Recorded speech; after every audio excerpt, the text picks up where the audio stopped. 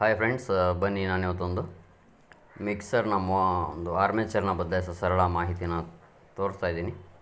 ಮೊದಲಿಗೆ ಈ ಥರ 4 ಸ್ಕ್ರೂಗಳು ಬರುತ್ತೆ. ಇದನ್ನು ನಾವು ಓಪನ್ ಮಾಡ್ಕೋಬೇಕು.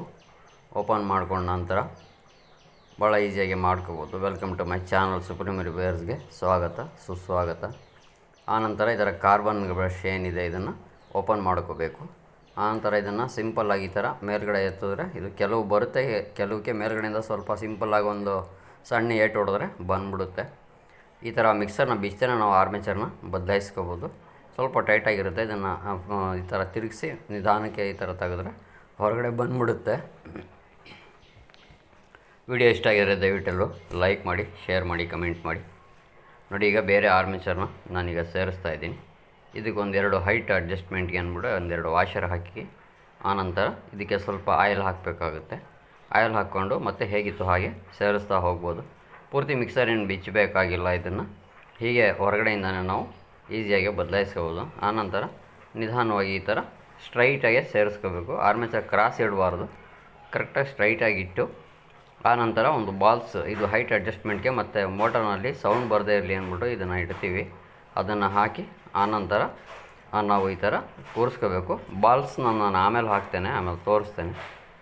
ಅದನ್ನು ಯಾವ ರೀತಿ ಹಾಕೋದು ಅಂತ ತೋರಿಸ್ತೀನಿ. ಮೊದಲಿಗೆ ಟೆಸ್ಟಿಂಗ್ ಅಂದ್ಬಿಟ್ಟು 2 ಸ್ಕ್ರೂಗಳನ್ನು ಆಪೋಸಿಟಾಗಿ ಹಾಕ್ಕೊಂಡು ಲಾಕ್ ಮಾಡ್ಕೋಬೇಕು.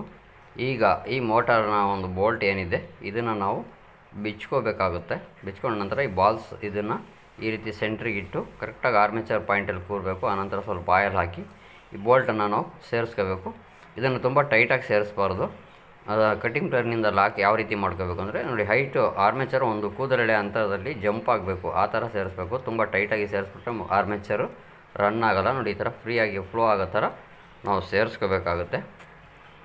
ಆನಂತರ ಕಾರ್ಬನ್ಗಳನ್ನು ನಾವು ಹೊಸದಾಗಿ ಹಾಕ್ಕೋಬೇಕು. ಆರ್ಮೇಚರ್ ಬದಲಾಯಿಸಿದಾಗ ಹಳೆ ಕಾರ್ಬನ್ ಚೆನ್ನಾಗಿದ್ರು ಕೂಡ ತೆಗೆದುಬಿಟ್ಟು ಹೊಸ ಒಂದು ಕಾರ್ಬನನ್ನು ಈ ರೀತಿ ಪ್ರೆಸ್ ಮಾಡಿ ಈಸಿಯಾಗಿ ನಾವು ಸೇರಿಸ್ಕೋಬೋದು. 2 ಕಾರ್ಬನ್ ಬ್ರಷ್ಗಳನ್ನು ನಾವು ಬದಲಾಯಿಸ್ಕೋಬೇಕು.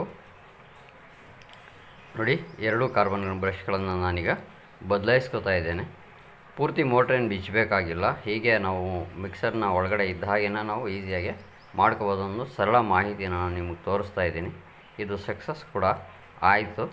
ನೀವು ಕೂಡ ಮಾಡ್ಕೋಬೋದು. ಸ್ವಲ್ಪ ಎಕ್ಸ್ಪರ್ಟ್ ಆಗಿರಬೇಕು, ಸ್ವಲ್ಪ ಇದ್ರ ಬಗ್ಗೆ ಮಾಹಿತಿ ಇರಬೇಕು ನಿಮ್ಮಲ್ಲಿ. ಈಗ 110 ಕರೆಂಟಲ್ಲಿ ನಾನು ಹಾಫ್ ಕರೆಂಟಲ್ಲಿ ಹಾಕಿ ಚೆಕ್ ಮಾಡ್ತಾ ಇದ್ದೇನೆ. ಇದು ರನ್ ಆಗುತ್ತಾ ಹೇಗೆ ನೋಡೋಣ ಬನ್ನಿ.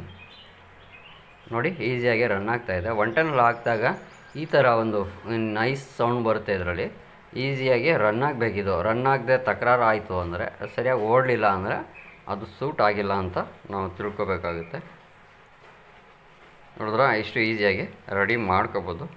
ಸೊ ವಿಡಿಯೋ ಇಷ್ಟ ಆಯಿತು ಅಂದ್ಕೊಂಡಿದ್ದೀನಿ. ಇಷ್ಟ ಆಗಿದರೆ ದಯವಿಟ್ಟು ಲೈಕ್ ಮಾಡೋದನ್ನು ಖಂಡಿತ ಮರಿಬೇಡಿ. ಇಷ್ಟೊತ್ತು ನಾನು ವಿಡಿಯೋ ನೋಡಿದ್ದಕ್ಕೆ thank you so much friends.